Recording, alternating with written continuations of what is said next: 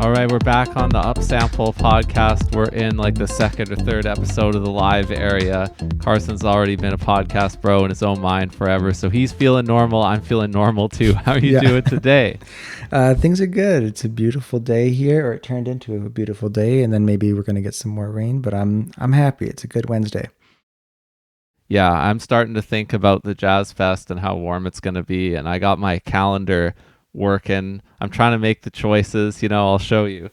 I've got it on paper here. I've got like stuff that you can't really see, can't but quite. Oh yeah, yeah. The decisions of who you have to cut if you're going to see certain artists, and Yeah, because it's not as easy as like the folk fest, right? Because I was thinking about the folk fest a little while ago as well, and there it doesn't matter because it's all on one site. You can see everything if you want, because you always concede that you can only see a little bit of everything. That's a given, and it's okay if you hop between things. But with the Jazz Fest, you have to make some real choices because you're going to be either on Granville Island, or you're going to be downtown, or you're going to be somewhere around downtown, and so you got to do some traveling, and you can't just hop back and forth between absolutely everything. So I'm trying to figure that out right now, but it's a good, exciting problem to have. It is a good problem to have so many great artists coming through. I have not looked at the lineup yet.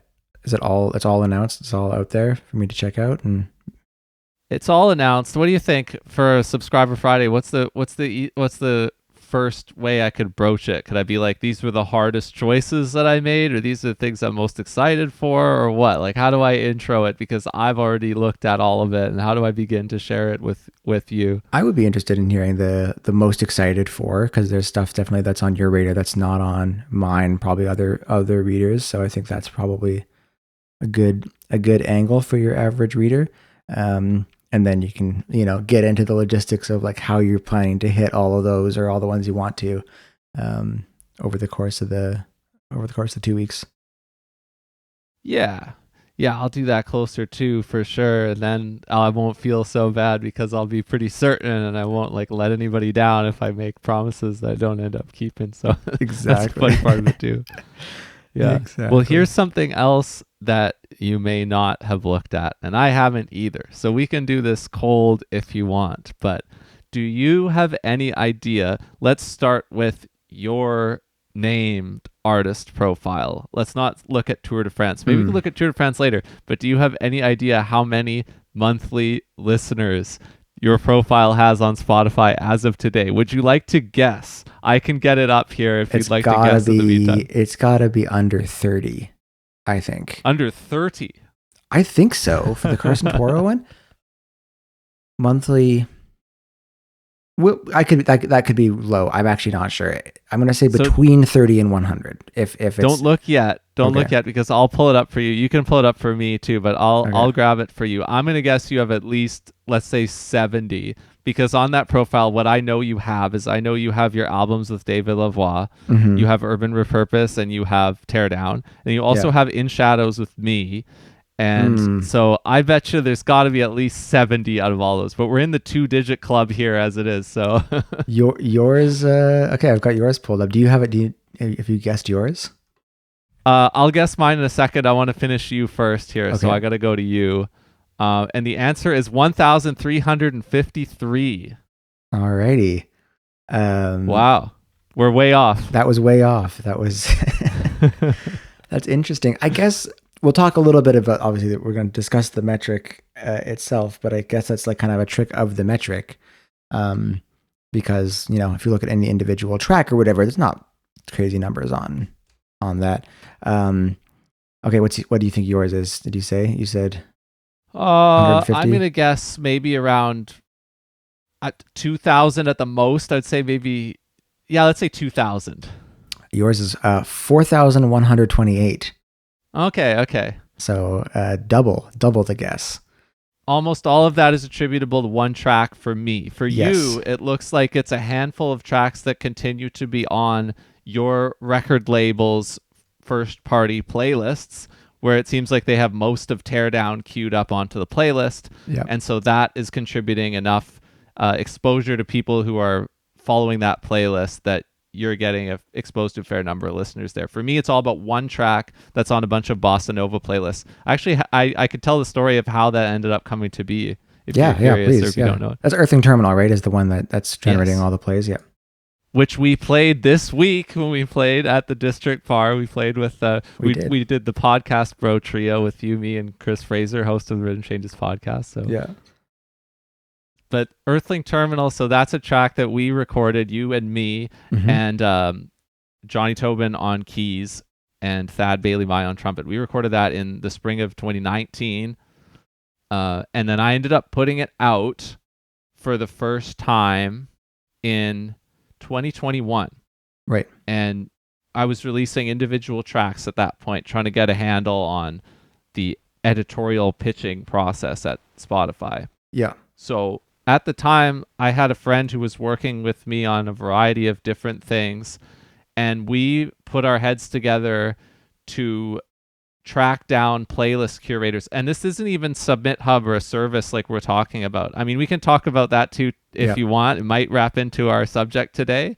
It might be a piece of cartilage off of the red meat of the subject. I'm not sure, but we actually tracked down individual playlist curators for this song by searching for bossa nova playlists and such on Spotify, and we would try and tie the playlist creator's identity to, it was a Facebook account usually, and then we would DM those people into their message requests on Facebook, so it's a crapshoot whether or not they even open it or see it.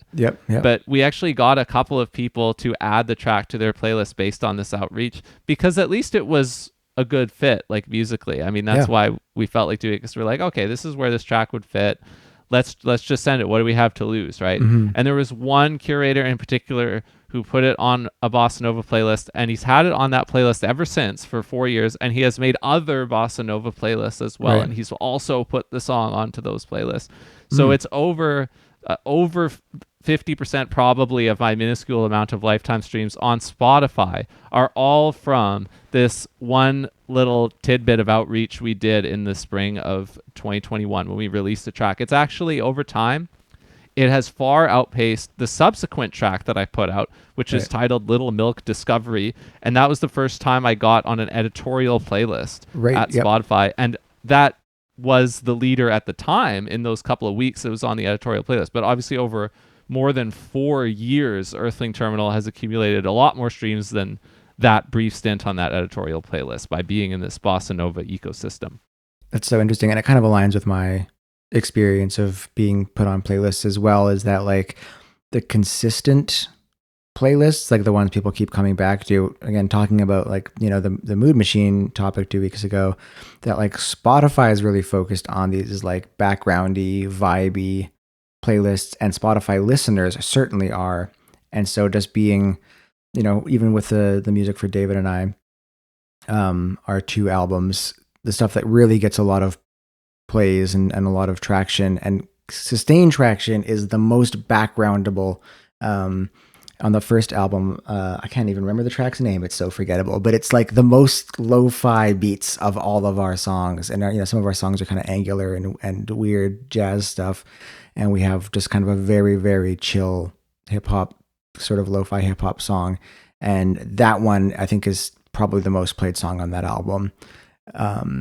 Because that's what works on Spotify. That's what the listeners want. That's, a playlister who's going to make playlists, and consumers who know a certain playlister will just keep going back to the same thing, as long as it's not too, I was going to say offensive, but you know what I mean, offensive to one's sensibilities.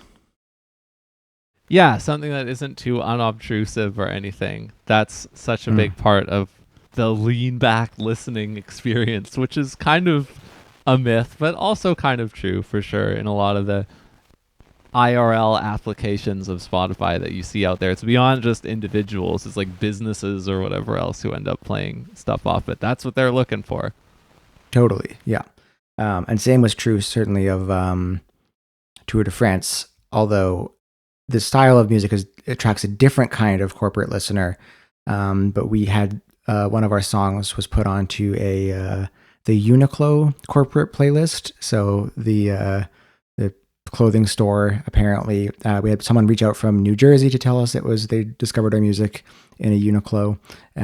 Someone in Vancouver, actually a friend of ours, was in a change room and said, "Hey, I heard your music in a Uniqlo," and so that must have generated enough plays. We couldn't see on the list of like what playlist it was, but if you're if it's passable enough, you can just get those plays, monthly recurring revenue, as you'd say in the SaaS business. Passive income. Yeah, yeah, exactly. You want to make a monthly listener guest for Tour de France today?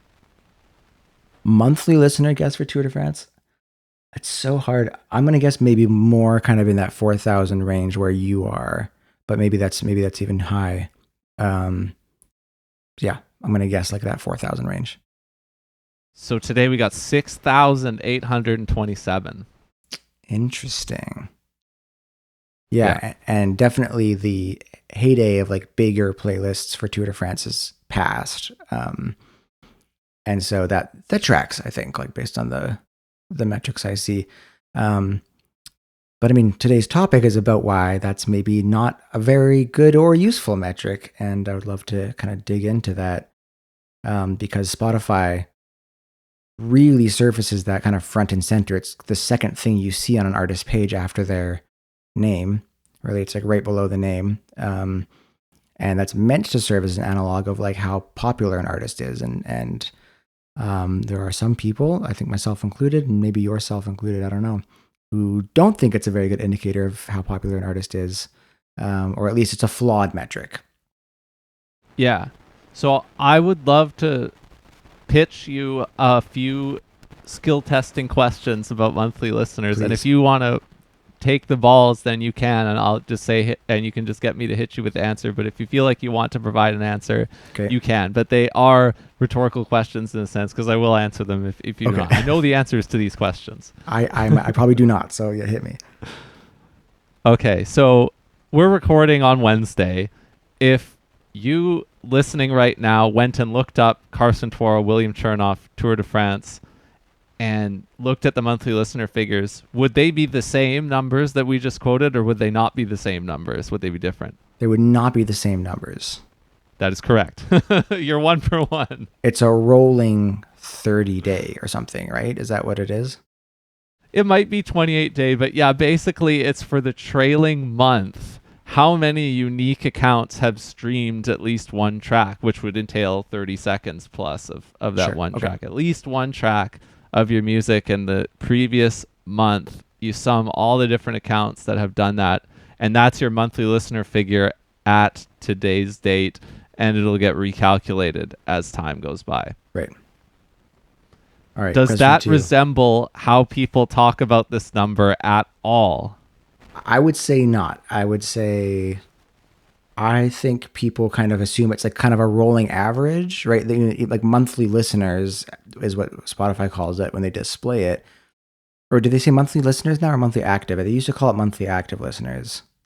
They say monthly listeners. Which kind of implies, some kind of rolling average that like, not a number that's going to change by potentially hundreds or thousands in some cases in 10 days. That's very, very interesting. And it certainly implies more repeat customer listeners than what the actual metric is giving you, which is, again, people who could have just come across your stuff in a playlist once and skipped it after 30 seconds. It's exactly what I was going to say. I was going to say, if I was listening on the playlist of your record label and I was listening to a track off of your album Teardown, and then I moved on to another track, and after about a minute or so, without giving it any thought or attention, I don't even know who it is, I then clicked off to something else. Would I be counted as a monthly listener of that artist? You sure would. Yes, I would. And I would for 30 days or 28 days or whatever it is. For the next month, I would be included in that tally, even though I have no idea who the person is or anything. Yeah, it's very interesting. And I wonder, like, because you can look in your Spotify, like you can download your whole Spotify user data, right? They are like have to comply with GDPR. And so you can as a listener. as a Yeah. listener. So I would be curious to see if Spotify, I don't think they do, but it'd be very interesting to see what Spotify considers you an active listener of at a given point in time. Just like stuff that is they've pushed to you in playlists and stuff that you might have skipped after 30 seconds. Very interesting. And I'm sure some people would see that and go like, this doesn't make any sense to me. I don't know who any of these artists are, or I don't have any, or I hate some of these artists and I'm not an active listener. Is there anything about being a monthly listener, back to the skill testing questions, that links you to that artist in and of itself by virtue of you being a monthly listener? Kind of like if you're a subscriber to somebody's YouTube channel, you have a certain link to that channel. You can go into the subscriptions tab and you can see them, and you can isolate their new videos. You could see their new videos in the feed. There's the whole home screen situation. Right. That's kind of a separate thing. What shows up on Spotify's home screen is also kind of a separate thing. And by chance, maybe you could get exposed to any artist you listen to one track of. Who knows what the logic of that algorithm is? But like, by virtue of being a monthly listener, have you allowed yourself to be connected directly to that artist in any way? No, not at all. I don't think. No. You're nailing all these questions, every single one. Yeah. Great. I think, that's kind of part of the issue here is that like, it's just a misleading name for the metric, right? That like an active listener, the listeners themselves don't get to see who they're actively listening to, being that they've heard one thing. And each, because that's how the metric's calculated, I'm sure people would have potentially like 1,000 artists they're active listeners to in a given month, right? Like if you're a typical Spotify user who uses playlists, your active listening is probably looks like a crazy person's list, if you're using the playlist, or especially the algorithmic playlists. Yeah, everything you stream, you'll be considered a monthly listener to everyone you've streamed for the next month or whatever. Yeah, it'll add up. But there is no way of seeing that, and there's no way on the artist side to see like, okay, who are these active listeners of mine? Yeah, you can see which city they're ostensibly located in, but even that's a little sketchy, right? Yeah, exactly. It's not super accurate. Pretty sure my top city is a Brazilian city because of the Earthling Terminal Bossa Nova thing. Pretty sure. Oh, interesting. The one Tour de France track is it's on it's either some city in Paris or some city in France or Italy, because it's a remix of an Italian disco song and put on a playlist by a French like fashion label that also does like music curation, Cafe Kitsune. Or Kitsune Musique is it's the music branch of Kitsune, which is the fashion label. So again, that's probably, it's just on a playlist that gets played in one of these two cities, and those are my fans. I did even see that, because when I took my brief look, your top playlists that you were discovered on are in Italian, the names of the playlists. Oh, interesting. Yeah, that makes sense. Yeah. And I got probably Sao Paulo is my top city, or something, for William Chernoff because of that. World Chernoff Trio trip to Sao Paulo. Brasilia tour 2026. Try to go to Brazil and play bossa nova for them. Oh yeah, that'll be great. Yeah. Show them who's boss. All right. So we've established that being a monthly listener doesn't in and of itself connect you to that artist in any way. It could in theory happen to anything that you just randomly stream, right? Yeah. So let's say I was a festival AD. Okay. If I'm looking for ways to evaluate different artists that I'm considering booking, should I look at this number? You should not look at that number. Although I don't know what number you should look at, right? Let's hold off of that. I'll make a note of that. Let's not worry about that right now. Why? Let's spell it out more plainly. So why shouldn't I look at this number if I'm festival AD? Well, because of first, like the flakiness of the number, right? So that if the song was on a playlist, a big playlist for 6 to 8 hours, that number could be inflated by thousands for a whole kind of 28 days. Even if we're talking about what some people would just consider skips, listening for 35 seconds and then skipping a track. That's not indicative of fans. That's not indicative of the artist's popularity. And it's certainly not indicative of the artist's draw if you're a festival AD or an A&R at a label or whatever. It's certainly nothing to do with like that. There's in bigger artists or maybe in bigger numbers, I think it's, and Spotify is guilty of a few kind of cases of this sleight of hand. It's kind of almost an analog for popularity. If you're like, the fact that you and I are in the couple thousands, or you Tour de France and you are in the couple thousands, and some maybe underground hip hop artists are in the tens of thousands. Like, yes, that artist is more popular than you and I, right? It gets more people encounter them. Again, doesn't really indicate draw, and the number itself is not really an indication of anything material, but it's more of a kind of a relativistic scale where you can say like, okay, this artist is getting heard more or appearing on more playlists than another. Yeah, and let's establish a ceiling here, at least at this point in time, because the more users Spotify has, the more this goes up. And we talked about how kind of everything was off by like an order of magnitude in terms of perception, like what you think a million streams is. It's like really that's 10 million streams at this point. We talked about that on a previous episode once. But if we went to like, I don't know, name a pop artist and we looked at how many they had. Let's see how much like Chapel Roan, who's maybe one of the current good biggest. Call. Let's see just where we're at here in terms of, we're talking about a couple thousands, and really we're in the nothing range, of course, with that as well. Because you go to Chapel Roan, the monthly listener figure today, 44 million is where we're at in terms of that. So that's the number of impressions. I want to make a note of that word. I want to go back there. Yeah. Basically of her music on the Spotify platform. And that is going to be relatively stable, I would probably bet, because the exposure of her music is going to continue to be quite high for the next however long.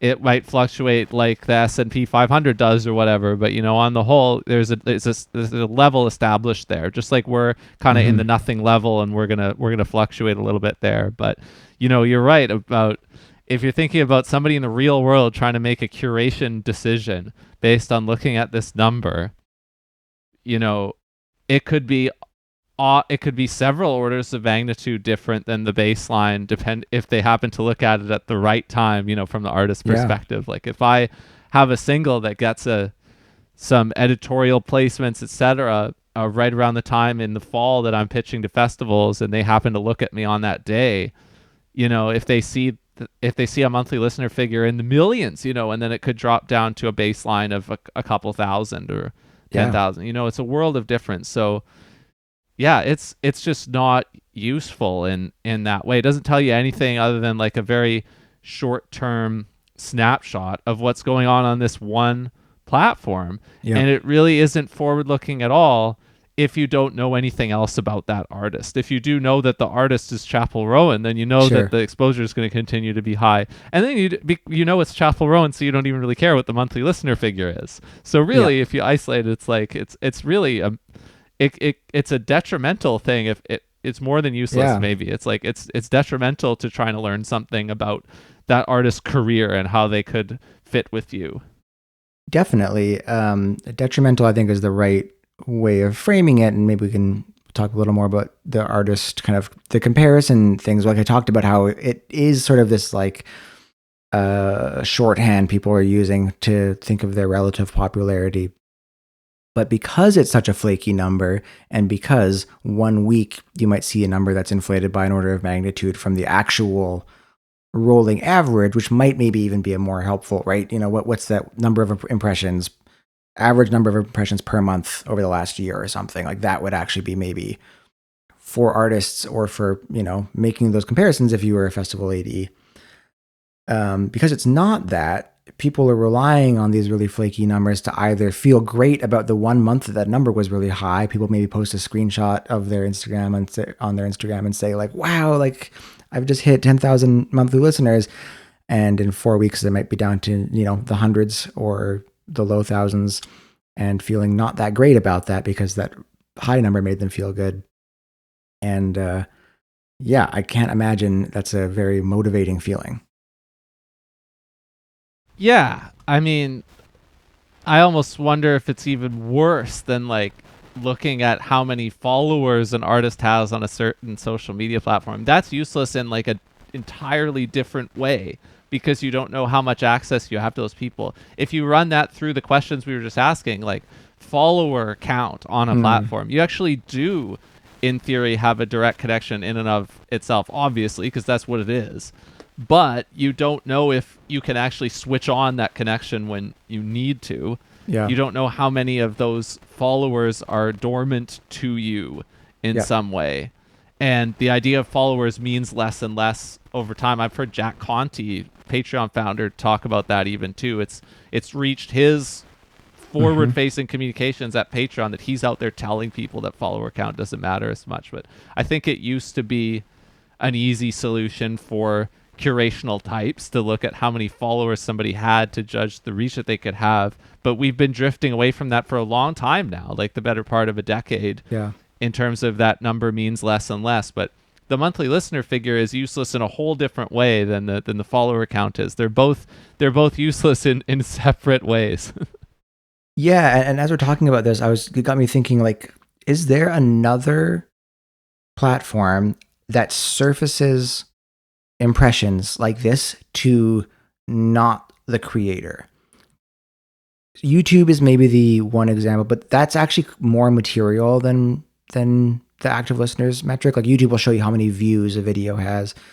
But like, does Twitter X show you impressions if it's not your post?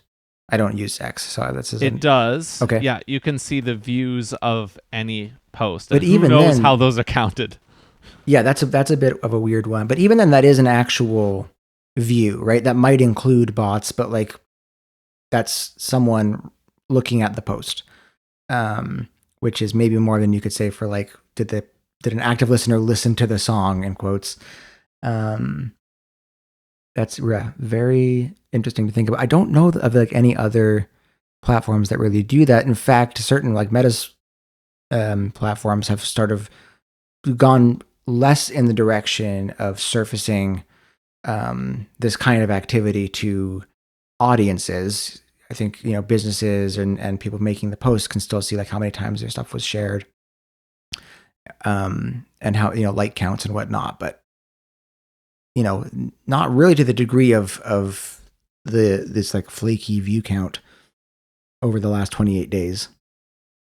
Yeah, it really speaks to a lot of the difference fundamentally between YouTube and Spotify when you think about it. That's really interesting because can you imagine if YouTube showed you, instead of the all-time view count for video, if they showed you like the monthly viewers of the channel, right? As like the streams, sure, on Spotify there's all-time count of streams, so I guess that does mirror the all-time count of an individual video's views. But can you imagine if YouTube, instead of total subscribers or whatever, they prioritize like monthly viewers or something for a channel? They just don't. They don't, and that would be, they again, could. Kind of a useless metric to just, for someone figuring out like how popular is this YouTuber or how much traction is this getting. So, yeah, that's, I think, a really solid set of, breakdown of why this is a useless metric. Why do you think Spotify services this so aggressively and kind of almost, they don't exactly market it, but it's so front and center on an artist's profile? Like, why does Spotify do this? Well, yeah, they are unique in that, right? Because if you wanted to know a monthly listener figure for somebody on Apple Music, you can't. No. Yeah, you don't get anything really. Like on Spotify, you can even get true followers. You just have to click through once to be able to see it. You can find it at the bottom of everybody's profile. You can find how many people actually clicked follow on that artist profile. You can't. They deprioritize it so much though. Instead of like YouTube puts that number where Spotify puts monthly listener figure. Sure, right. and Spotify even services stream counts. Apple Music, do they do now? I don't think they I still don't don't. think so. They'll have a little like indicator of the most popular songs on a given album or playlist, or they don't give you even a number, which is very interesting. But do you have thoughts as to like why Spotify pushes the monthly listeners metric on listeners? Yes, because I think artists love to see it, and they love to share all kinds of metrics when it comes to Mm-hmm. how well they're doing. So the more metrics you can supply to the artist, happier the artist is by and large. And it's the same thing with listeners' data when Spotify does Wrapped. They love to share that too, apparently. So that's definitely true of artists every day, that they have good news to share about how many streams they have. But Right. for monthly listeners, I think that the monthly listener figure is such a concise scorecard of hierarchy for artists, where Right. it lets them look across and see who they perceive to be above or below them. And positionally, it activates something in the artist's brain that way. I actually don't think it really, maybe I'm biased as an artist, right? Maybe we both are, but Right. I don't think it really does a lot uh, as a non-artist, as a listener. I don't think you care too much. I mean, maybe you just Yeah. find it like a novel curiosity to know how many uh, artists you listen to are popular by the monthly listener figure, or just to know what it is for a given artist you listen to. But I don't think it doesn't activate something in your Right. brain The as same much as way. it does when you're an artist. I think that's right. I think, and like as you're talking, and as I think about the metric, I guess in general that number is inflated from because it's a weird thing they're doing. They're like, if anyone hears any of your music for 30 seconds or more, they are in the bucket of monthly listeners for the next 28 to 30 days.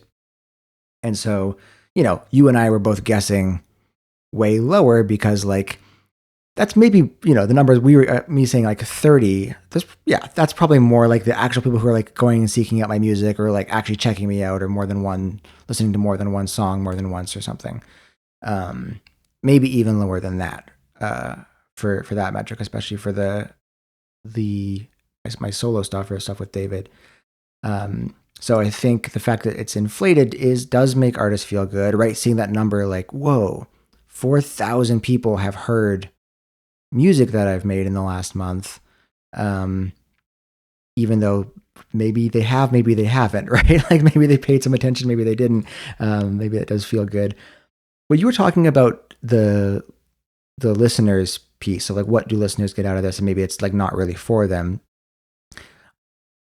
I think if it wasn't for them, Spotify wouldn't show it to them. So that's there for something. I'm not exactly sure what, but some experience I had came to mind right as we were talking about that. Where, are you familiar with this kind of streaming alternative concept called Marine Snow? Do you remember Yeah. this app?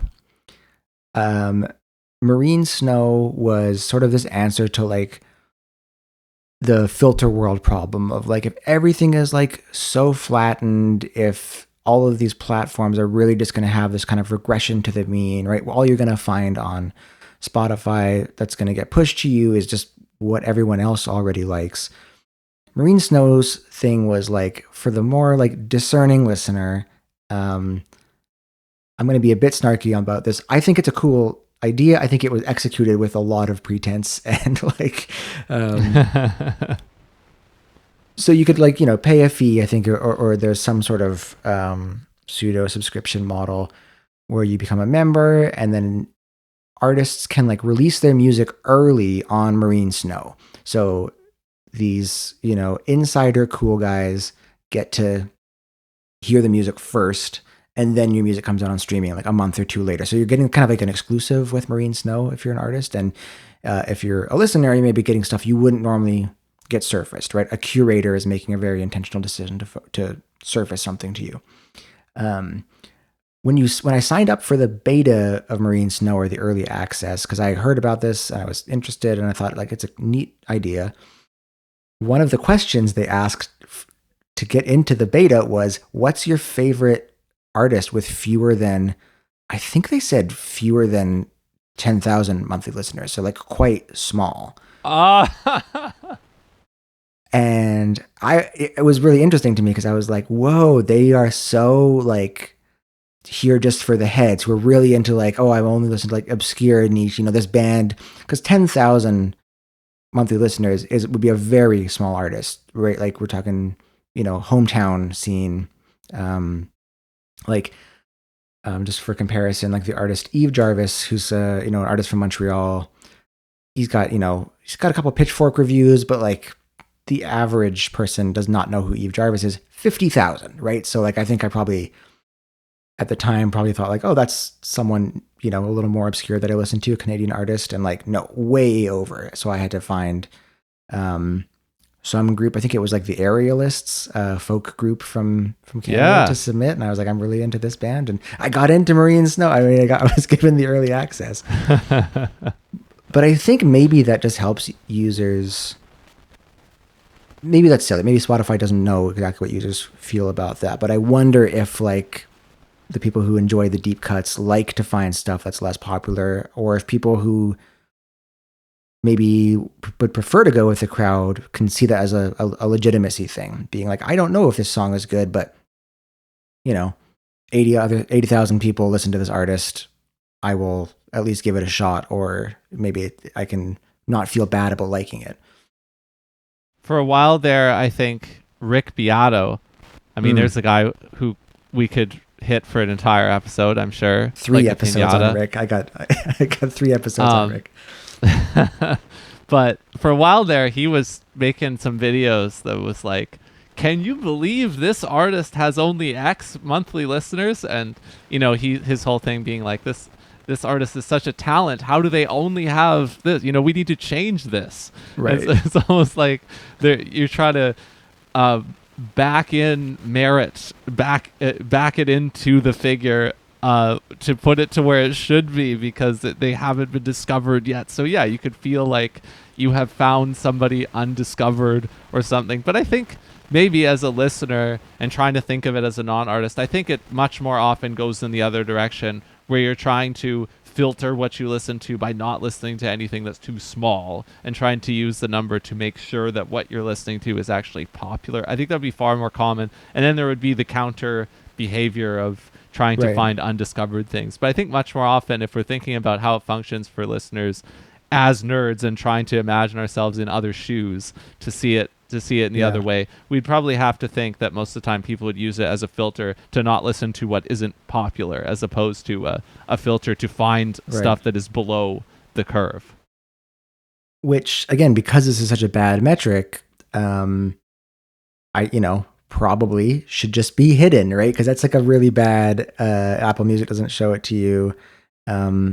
If people are making decisions about who to listen to and who to not, or how they feel about certain artists based on this number, which if you're seeing the number, it's making you feel some way, whether you like it or not. Probably don't think about it too much, but to see an artist, especially a new one, if you're exploring, if the number is there, it's going to at least unconsciously be on your brain of like, oh, this is like an emerging artist. This is a very established artist. This is like a brand new nothing artist. And people are making decisions about that certainly have an impact on like artist viability in the market, right?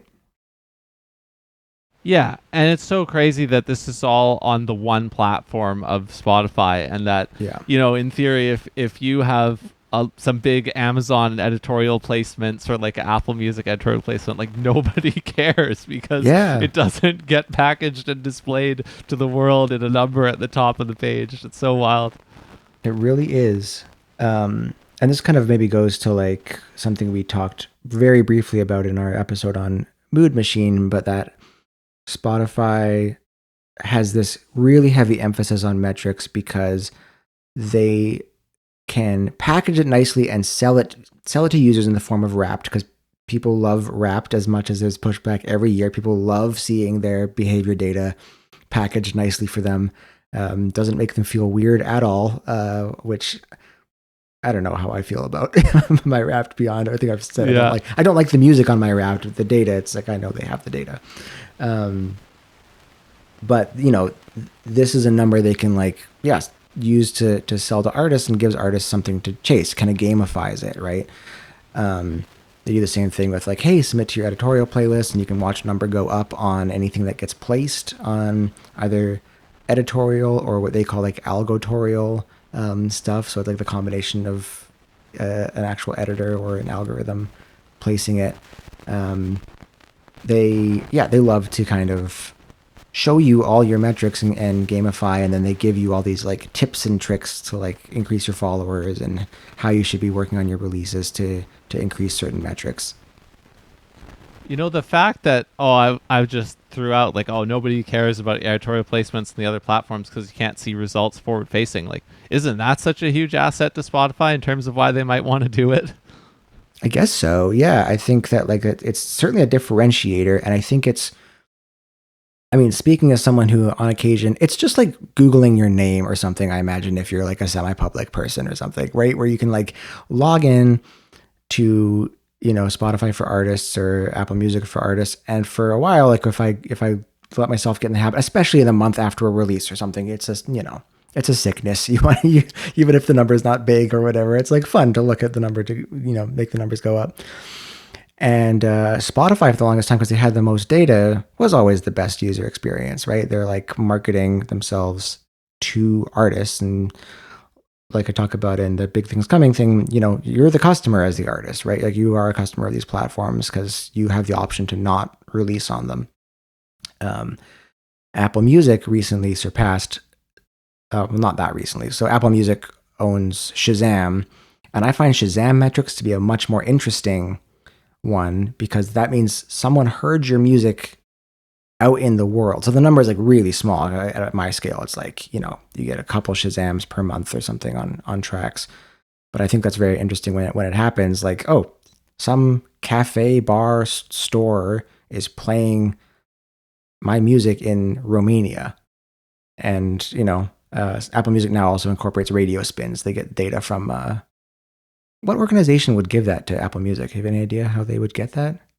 I don't know off the top of my head, but I agree that the action of Shazam, it's almost like a purchase in terms of how much you should weight it, in terms of how much deliberation, Right. and like it matches to a real world event. Like, it's an interesting action. It's a much more interesting action than whether or Yeah. not you did whatever would throw you into the monthly listener figure bucket. I agree with that. Well, and like when we talk about how like, okay, is there any kind of connection there, or any kind of connection to the audience there?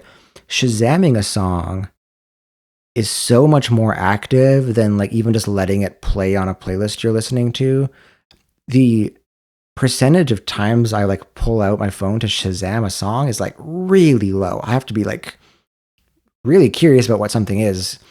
Not always positive. Sometimes it's because I don't like it, and I have to consider that some some percentage of Shazams in Romania or Sydney, Australia, or whatever are people going like, "What the heck is this? I want to make fun of it," or whatever. So it can't always necessarily be good, but it's a much more active, no bad press, I guess, right? Someone has like pulled out their phone and wanted to learn more about the music they were hearing, which is so interesting.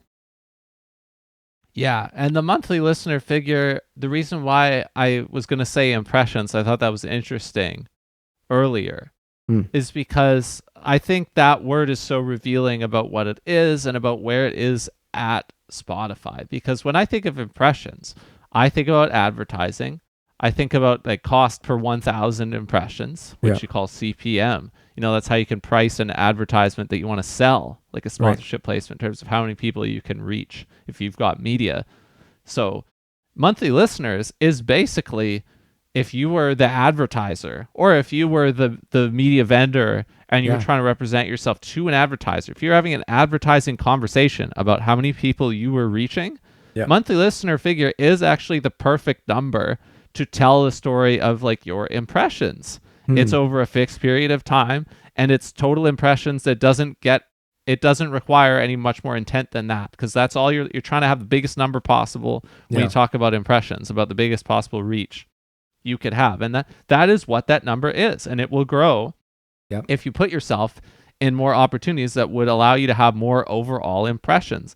And I think it speaks to how much that type of thought is in the DNA of Spotify, the advertising view of things, and it atomizes every artist in terms of them being able to know how many ad impressions they have basically on their music. And you can increase it with discovery mode. Yeah. You could increase it by botting streams. They're getting better at cracking down on that, but that has happened a lot over time. People always want to game their impressions to make them larger than they are.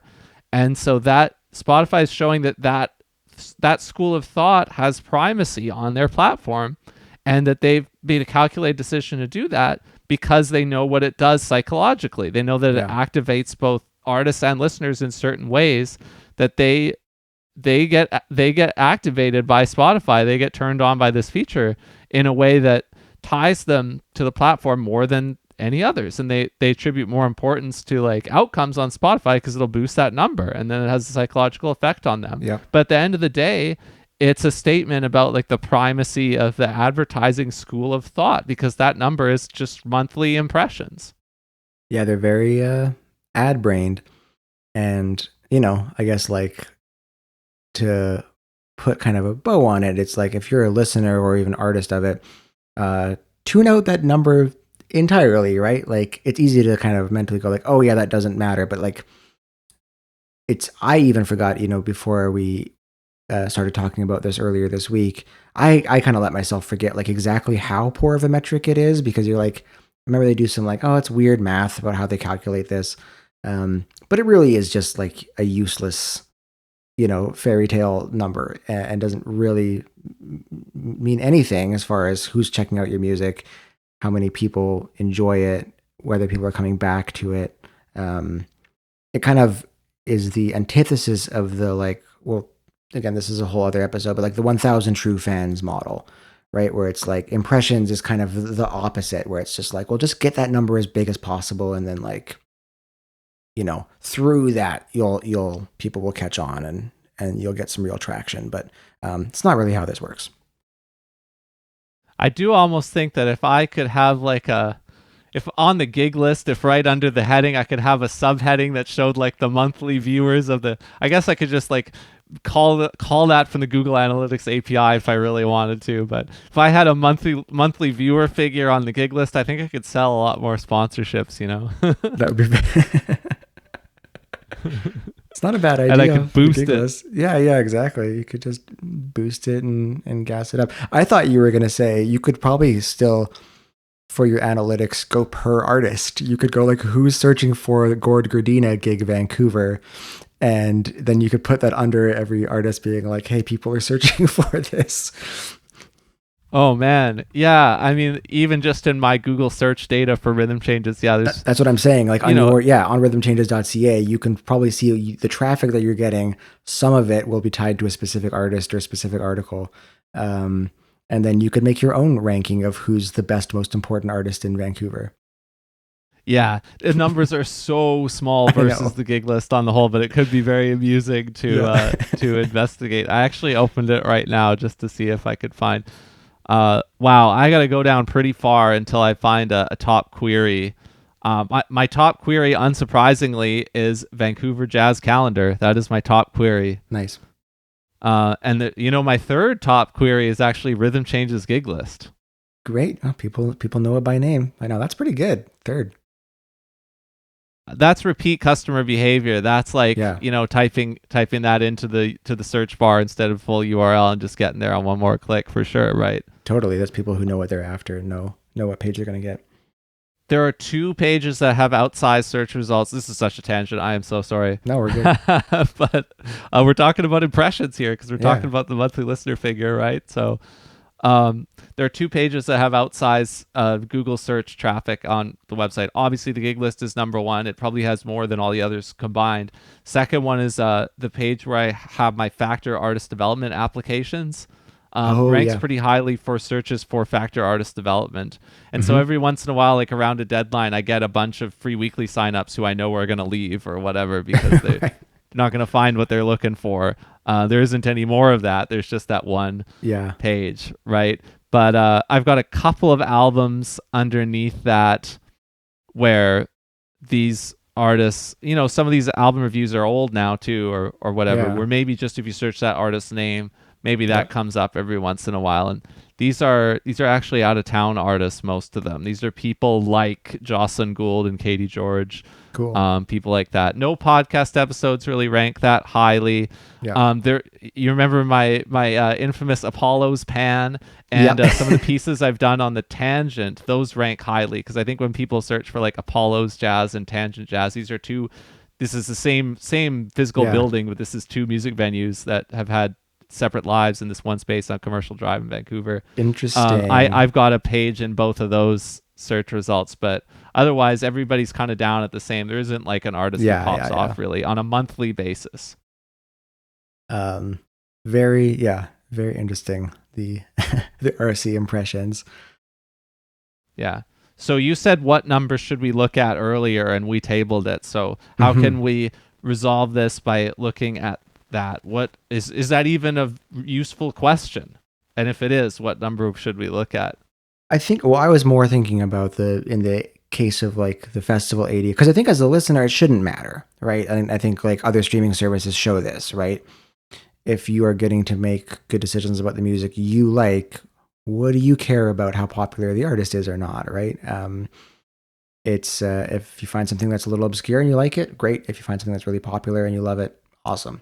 Um, as far as like whether there's any metric for an artist to look at or for someone who's looking at an artist in a serious kind of business way to actually indicate traction and reach, it's really tough to say, right? Because like even streams aren't, those are a more material thing, right? Those are counted and they tally up over time, so they fluctuate less, but they're not a good indication of like current reach, right? Tour de France had one song with like quite a few streams and not active right now, right? So like it would not be a good metric for a festival or whoever to look at. Um, yeah, I'm not sure if there really is one. I think you'd have to kind of concatenate several different metrics, right? I think like festivals are in a tough spot because like you said, followers aren't really good, stream counts not very useful. um A&Rs and festival promoters and bookers have to probably just like do their homework and figure out organically who's listening to what and who's kind of getting people out to their shows. I will say you can certainly see some things that stand out if you go to Bandcamp for artists that are active there, and if you find things that have had Mm, lots of sales. Because if you wish list something on Bandcamp and you go view it in your wish list, you can see how many collections that yeah. release is in, and those could be quite small across the board. But if you see something that stands out there, it will Hmm. stand out, and that's real sales, right? Yeah. So if Yeah. somebody has accomplished something there, you will notice it. Yeah, actually, and the Bandcamp listeners are probably in a kind of even a separate breed of people who are taking their time actually checking stuff out, and the opposite of the passive listener that you might get on Spotify or some other streaming service. So you can weight those nicely, and every time I get a Bandcamp sale, it feels really nice. Someone like got to seek that out and wanted to like pay me $1 for a song. Yeah. And beyond that, you just got to look at you got to look for real activity, like what venues are they playing? Yeah. If you're just trying to evaluate an artist in a professional setting, yeah, your job is to cut through the metrics that aren't as useful that it would be so easy for Yeah. everyone else to look at. And so if you are just taking the shortcut of trying to find a metric that solves the problem, it's going to be silly over time. Like it's not going to work. It's going to be cheesy. You're going to have some weird interactions with some people where either you book somebody who doesn't really have any real fans, or you offend somebody who Sure. does. Yeah. Yeah. So it could cut both ways. Yeah. There's probably more to be said on metrics overall in arts and music. I think like it's a complicated thing and it's a big facet of being a musician online, right? But I think that's a good place to leave it on that particular useless bad metric. Yeah. Yeah, I mean, gosh, I played in a band that never had any monthly listeners on streaming or anything, but sold in the thousands of copies of CD and played all around the country. And you'd Yeah. never know it if you tried to. We didn't have any big social accounts either, really. A Facebook page, I guess, was the most at the time, but like we didn't have that stuff, and we still did something. So I mean, and it's harder. All the conditions are harder today. But like if we're looking back over the period of time when this has been a thing, yeah, it hasn't been essential. It hasn't been a make or break. No. Once you get out there in the real world, you'll find that fortunately people won't care too much. Exactly. Yeah. I think we can leave it there. Yeah, I think that was Sweet. a good discussion. Definitely. Yeah, I think that was covered a lot of ground, and hopefully that's helpful to someone who's either feeling good or bad about their monthly listeners, or just Yeah, you'll go back and you'll like look at Carson Toro and it'll be like 5 instead of 1,700 or whatever on Friday. They'll all have gone, and it all still have won't dropped matter. Yeah. So there were a few other topics that I thought of in there, that would be good subsequent ones to hit. So it'll be interesting to see where we head next. Do you have a recommendation for this fine week? I do. Recommendation or a confession that all I've been doing besides working is playing a video game called Blueprints. I don't really know who this recommendation is for, because if you're the type of person who likes games like this, you probably already know and are playing Blueprints. It's Prince like the son of a king, although it is meant to be a pun on blueprints, like architectural. It's a puzzle game. It's a style of game called Metroidvania. If you like kind of environmental puzzles, thinky games that are more than a little frustrating, I'm like sinking hours into this game and still loving it. So anyone who likes puzzle games, check it out. Read a review first if you're like, I don't know if this would be my thing. But even if it's not quite your thing, try it because it's brilliant. So how many monthly players does Blueprints have? Oh, that's a really good question. I have the Steam page here. Do they actually have it? No, it's not monthly players. It's like, but they have you can see concurrent players or something for certain games.